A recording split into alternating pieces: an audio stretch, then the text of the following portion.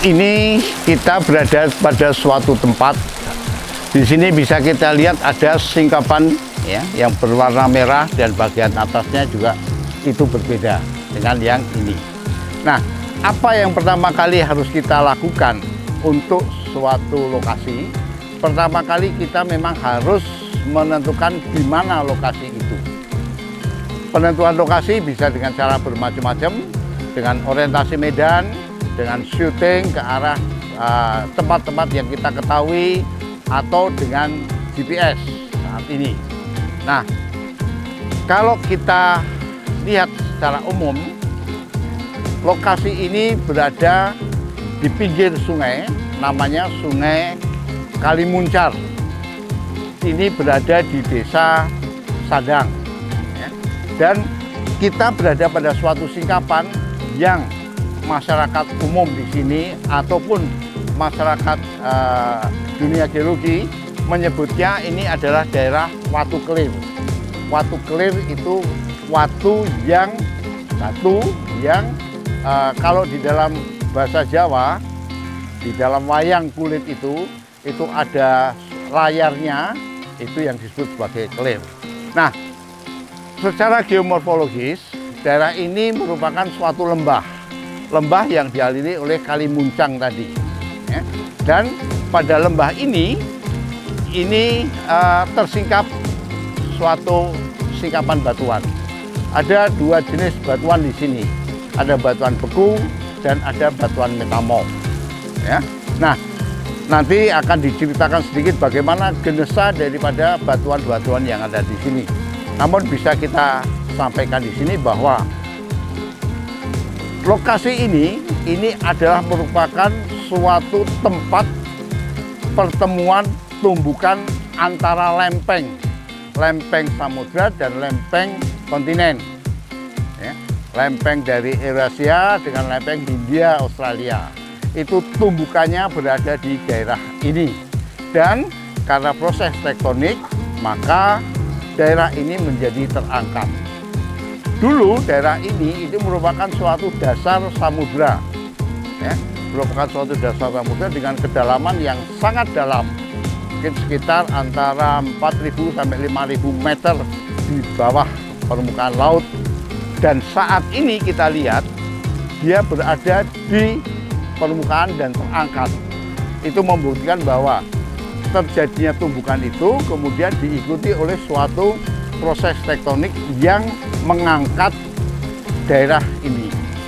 Jadi daerah ini dulu merupakan suatu dasar samudra dan itu bisa kita buktikan, bisa kita lihat dari singkapan-singkapan apa saja yang ada di sini. Singkapan yang ada di sini itu membuktikan bahwa dia itu dulu berada pada suatu dasar samudra. Nah, kalau kita lihat secara detailnya nanti apa batuan-batuan yang ada di sini, mari kita ikuti penjelasan dari Ibu Retno. Jadi melanjutkan dari tadi penjelasan dari Pak Bani ya, bahwa di sini tersingkap batuan, yaitu batuan yang berwarna merah ini dengan batuan yang di atas yang berwarna hitam.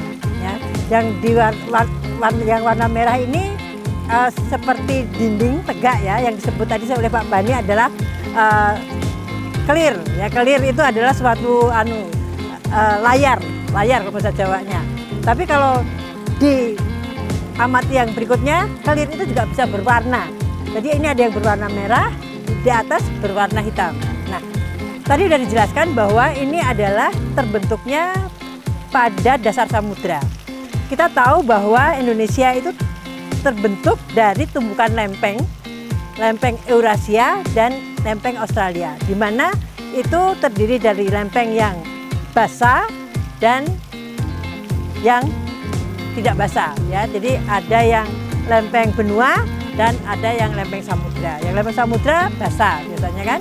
Kalau yang lempeng benua lebih asam. Nah, di dalam lempeng samudra itu, karena ini terjadi di samudra ceritanya dulu, kan ada divergen dan konvergen.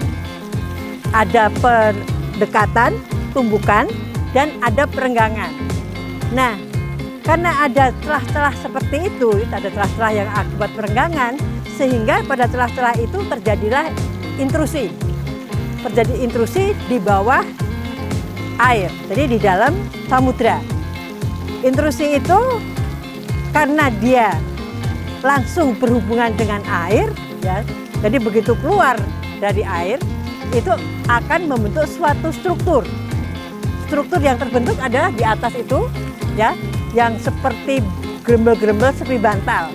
Makanya sering disebut sebagai pilolava atau lava bantal. Ya.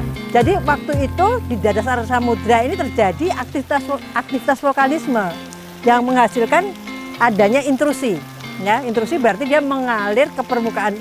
Intrusi yang mengalir ke permukaan bumi berarti ekstrusi, ya.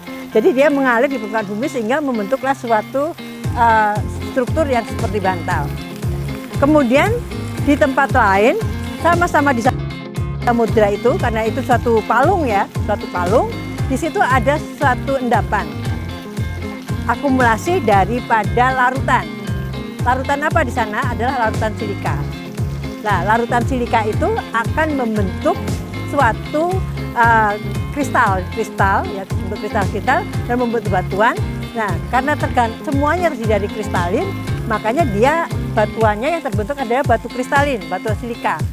Silika yang sangat-sangat halus, ya, sangat halus dan hasil dari kristalisasi dari larutan. Nah, ini yang membentuk batuan ini menjadi batu yang disebut sebagai batu rijang atau cap. Nah, tetapi kita di sini bisa mengetahui berapa sih usia batu rijang ini, ya. Karena apa? Di dalam batu rijang ini ternyata ditemui adanya fosil. Fosil yang ditemui dalam batu rijang ini adalah fosil radiolaria. Nah, radiolaria itu adalah fosil silika yang cangkangnya terdiri dari silika yang hidup di laut dalam dan sangat nano kecil sekali, ya. Jadi kita tidak bisa lihat di sini. Jadi kita kalau melihat harus pakai mikroskop. Kemudian di samping ada batu rijang, ternyata di situ juga ada batuan yang lain. Batuan yang kalau dikasih HCl, ya, kasih HCl, ini HCl. Kalau kasih HCl, dia akan berbuih, ya. Kasih HCl dia berbuih. Kalau berbuih berarti dia ada reaksi. Berarti kalau dia silika tidak akan berbuih. Tapi kalau dia bukan silika dan mungkin unsur yang lain, ada yang berbuih. Nah, yang berbuih itu biasanya merupakan mineral karbonat. Ya, mineral karbonat. Jadi di sini ternyata yang merah ini di samping ada batu rijang, juga ada batu karbonat yang berselang-seling.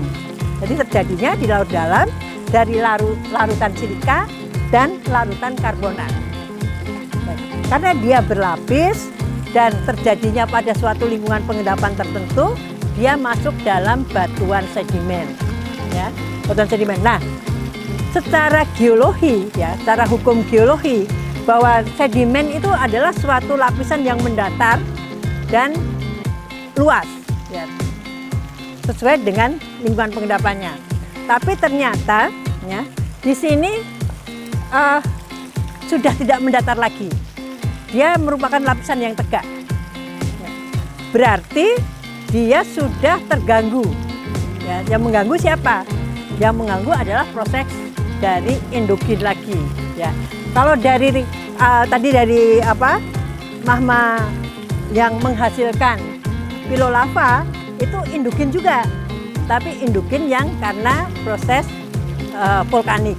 Kalau ini terjadinya perubahan dari datar menjadi tegak, ini karena proses adanya tektonik, ya, karena tektonik. Nah, kenapa dia bisa berhubungan dengan si basalt? Padahal mungkin terjadinya tempatnya berbeda.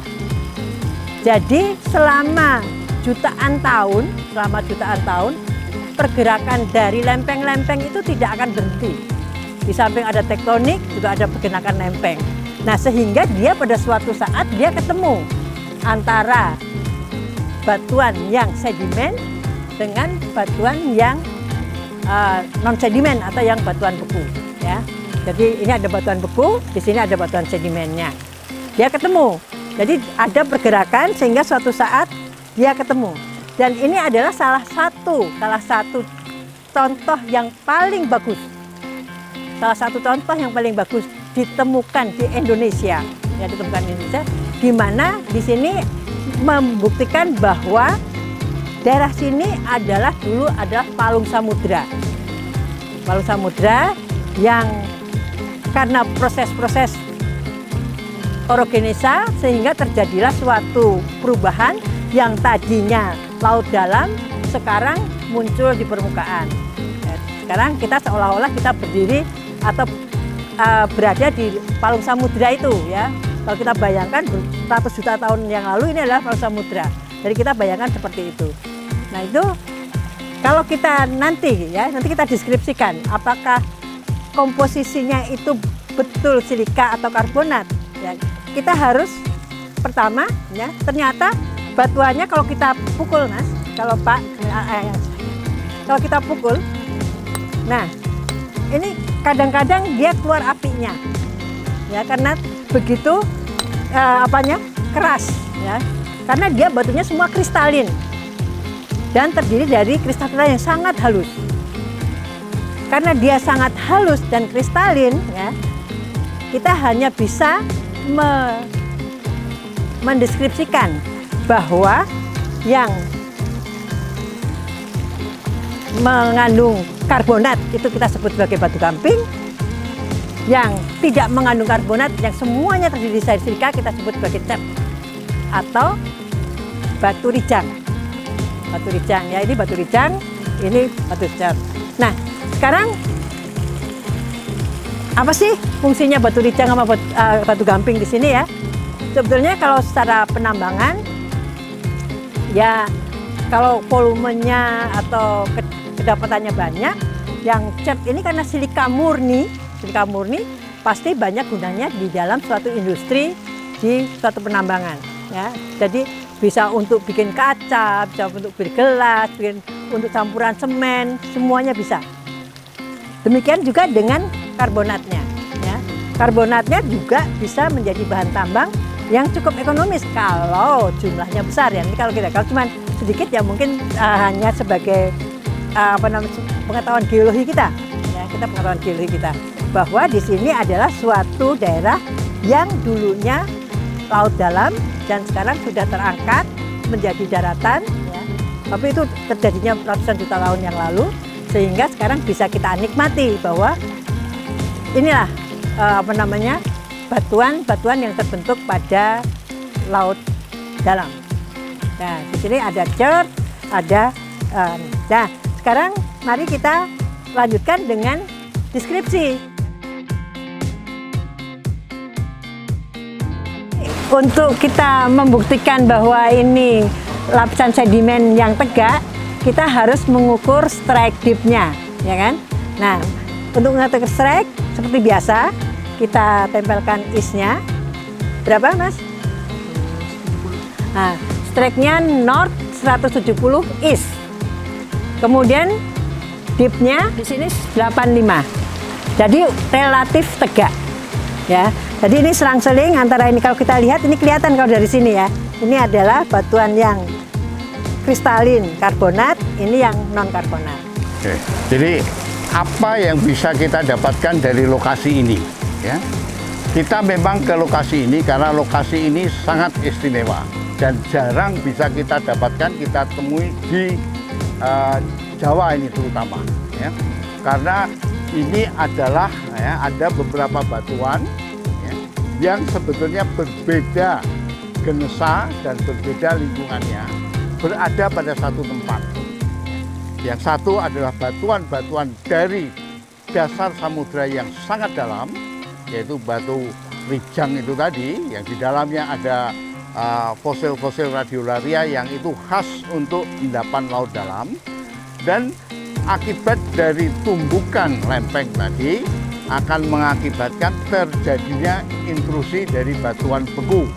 Nah, karena intrusi batuan beku ini berada di bawah samudra, oleh karena itu begitu magma keluar, itu langsung bersentuhan dengan air dan dia akan membentuk struktur yang khas yang disebut sebagai lava bantal atau pilolava structure.